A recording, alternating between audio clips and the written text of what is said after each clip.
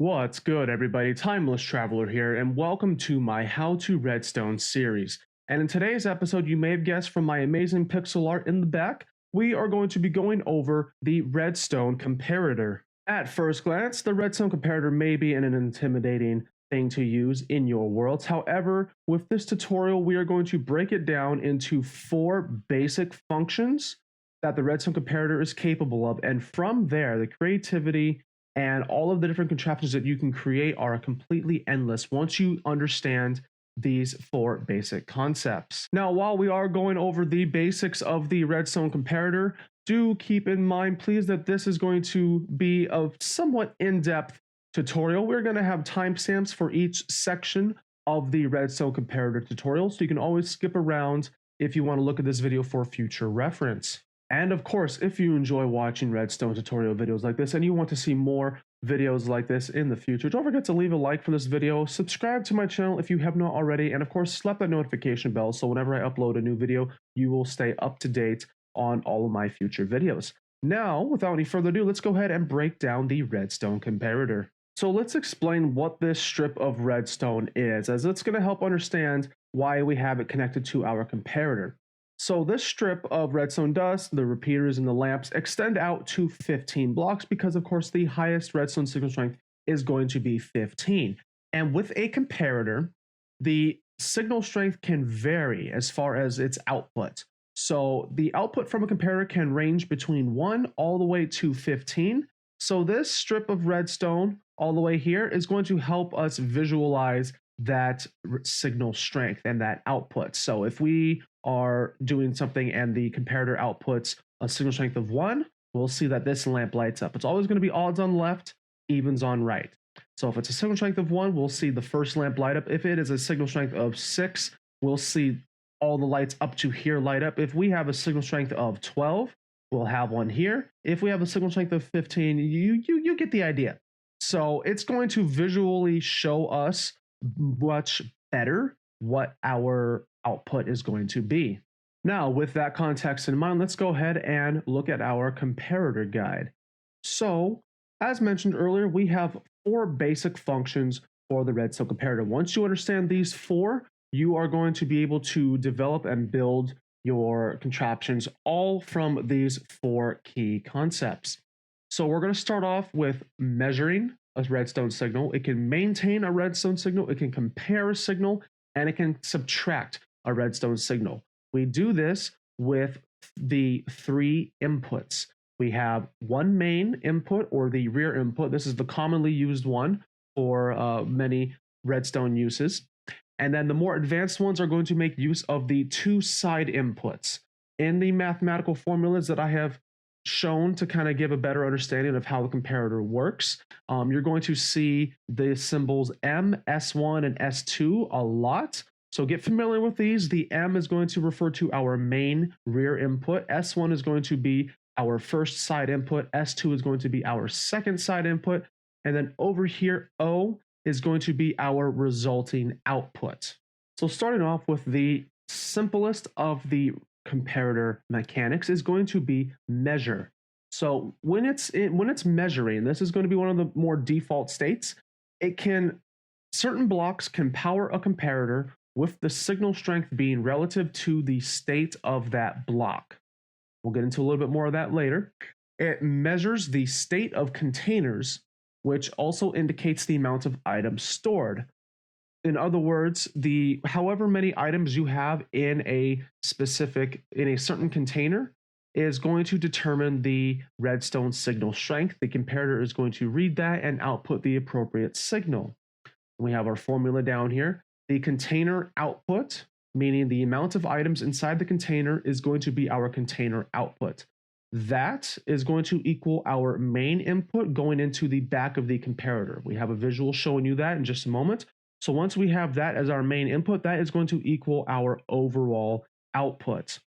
So now if we are to measure the strength of a container, we have ourselves a chest here with some stackable items, and we also are going to be using some of our non-stackable items because, as we've mentioned in previous tutorial builds, the non-stackable items are going to output a stronger signal than one individual stackable item. All right. So what we have here, we have our measuring or visualizing the comparator outputs, and we have this set just the default setting for the comparator. It's going to measure the amount of items that are in here and output the appropriate signal strength. So we're going to switch to my top camera real quick, and you're going to see as I put these in. Let's start with our stackable items. We are going to get the appropriate signal strength. Now, we do have 27 slots to fill in a single chest. So keeping that in mind when it comes to the amount of slots for our containers, the amount of items that I'm putting in here right now and resulting in the output signal strength is going to be different if you are using, say, a double chest or a brewing stand as your block that is being measured. But as you can see here, if we put items in, it's going to calculate that and create our desired redstone output. Coming back to our comparator guide, while we're talking about measuring, we can have a solid block placed between the comparator and the block being measured. And it can also measure things such as cake, cauldrons, composters, command blocks, and portal frames, item frames, jukeboxes, lecterns, beehives, bee nests, respawn anchors, and skulk sensors. As a disclaimer, the skulk sensor is, of course, in 1.17, which comes out in next year, 2021. And it currently is an upcoming Java feature only, but it may end up on Bedrock. It most likely will. I don't see a reason why it would not be. And I mentioned earlier that different sized containers are going to give different signal strengths depending on the quantity of items that are in them. For a full descriptive list of all those containers and the amount of items needed per container to output your desired signal strength, I would highly recommend using Minecraft Wiki for that detailed list to let you know which items and which containers are going to give you your specific outputs. Link is going to be down below in the description for your convenience. So coming over here, we did mention that it can measure if a block is placed in between it. So we have our comparator here, we have our block, and we have it's an item frame. I have a resource pack that makes it invisible to make things look a little cooler. So we're going to get ourselves our switch real quick. And what we're going to do, I mentioned that it can also pull a signal from item frames. And so we do that by, of course, placing a solid block right in between it.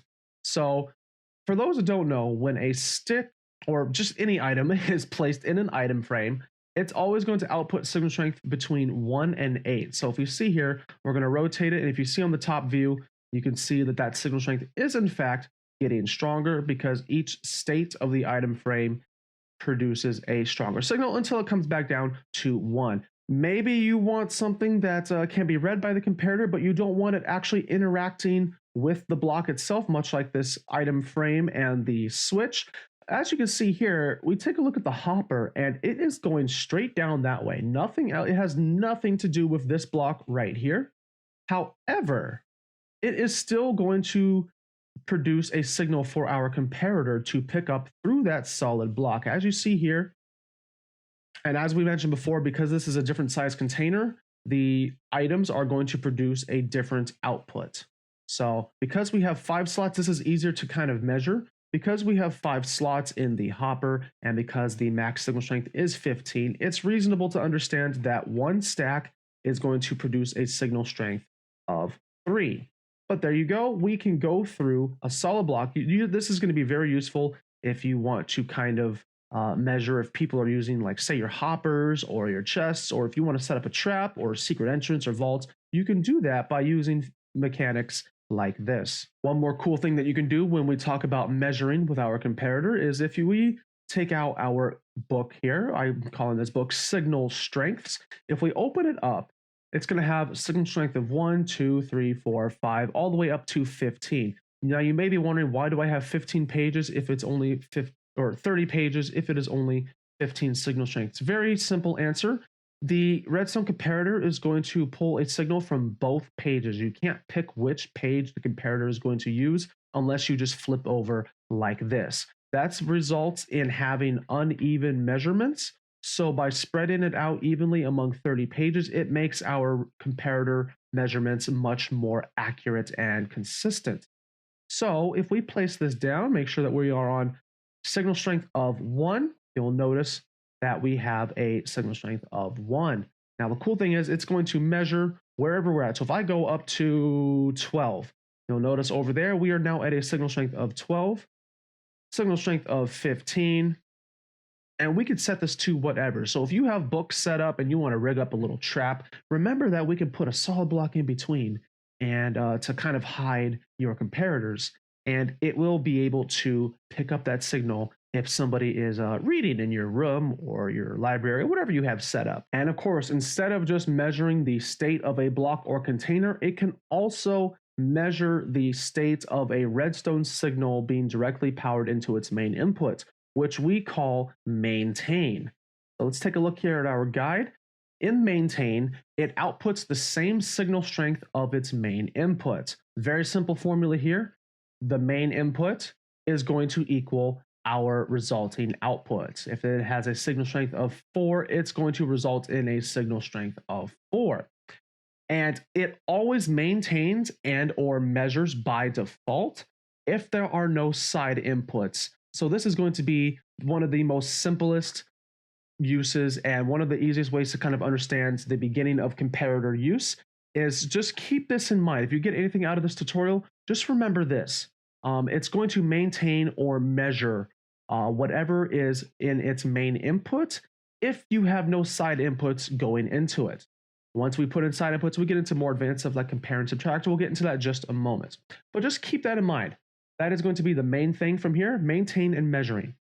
So if we make a formula out of that, the main input is going to result in the output if our side inputs 1 and 2 equals 0, meaning there is no signal strength going into both of these side inputs. Now, while this demonstration is technically kind of the same, almost exactly as our measuring section over there, the difference is going to be that this comparator is going to be, instead of pulling a signal from a block or a container, it's going to pull a signal directly from the strength of this redstone wire itself.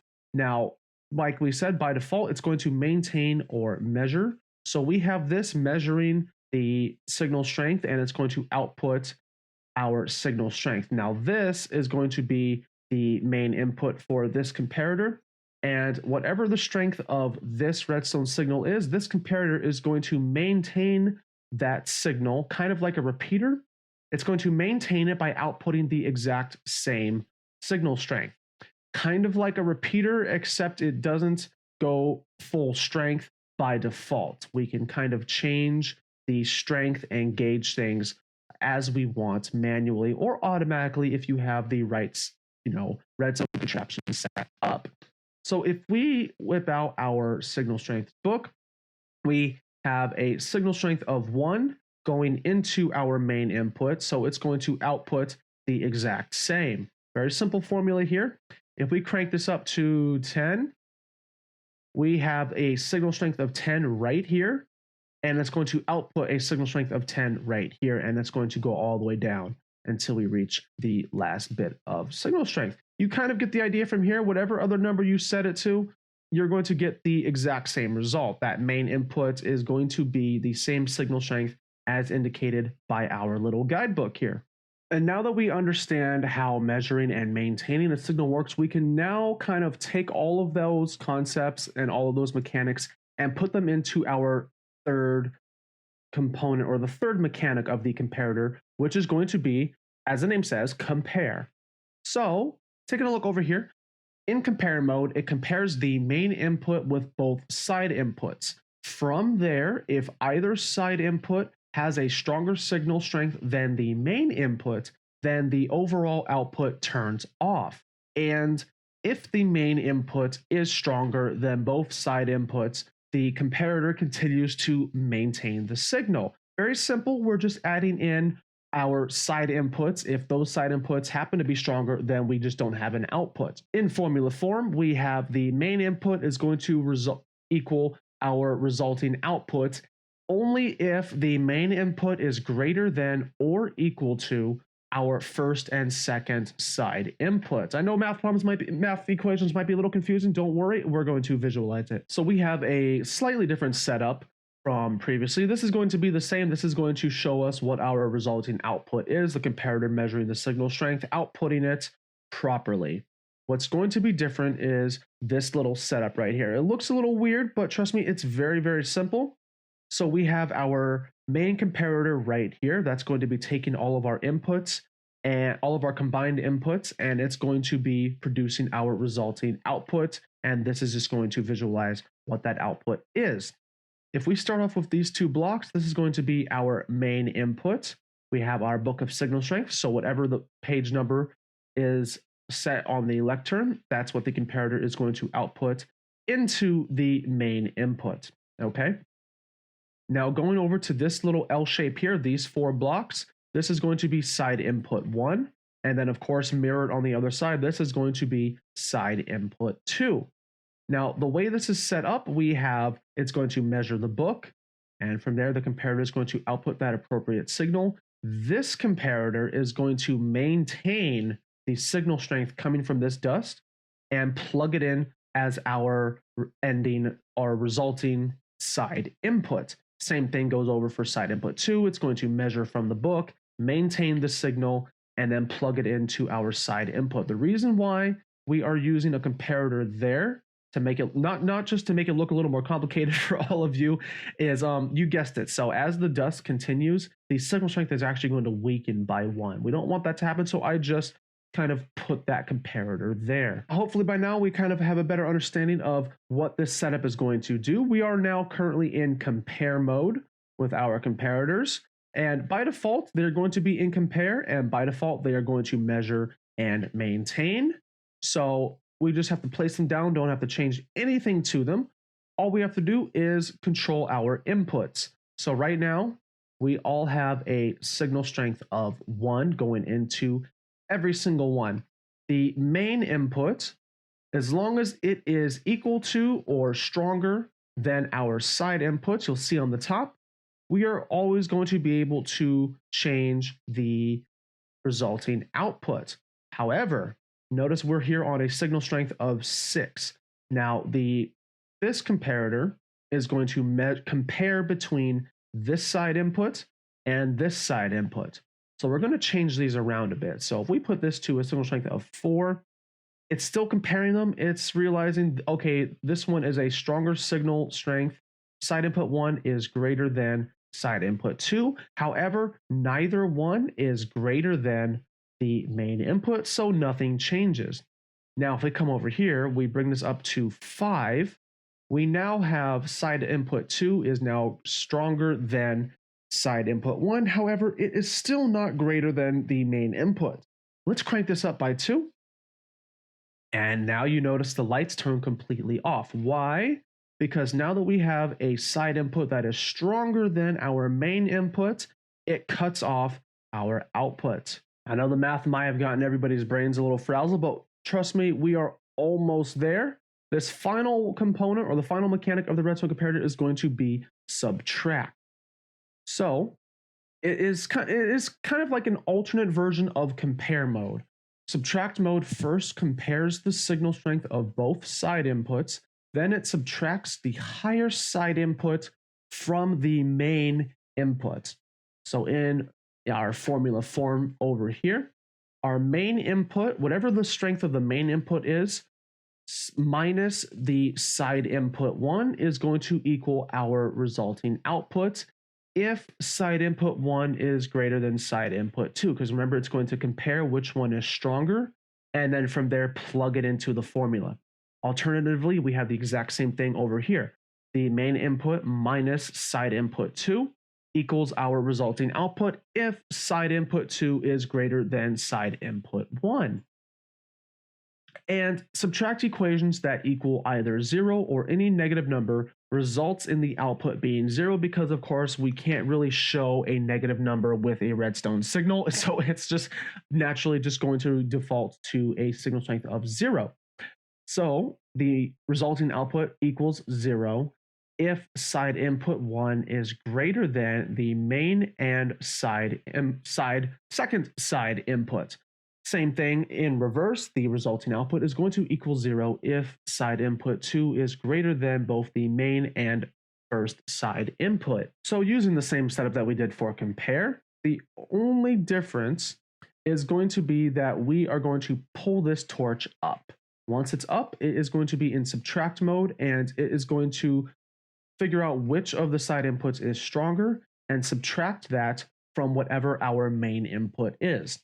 So if we start off with our main input, it's going to by default be a signal strength of 1. You'll see on the top view, we've got the 1. And by default, because we have no side inputs going into it, whether it is in compare or subtract mode, it is always going to, by default, measure and maintain unless changed by our side inputs. That's why I say anything you get out of this, just remember, at a base functionality, measure and maintain.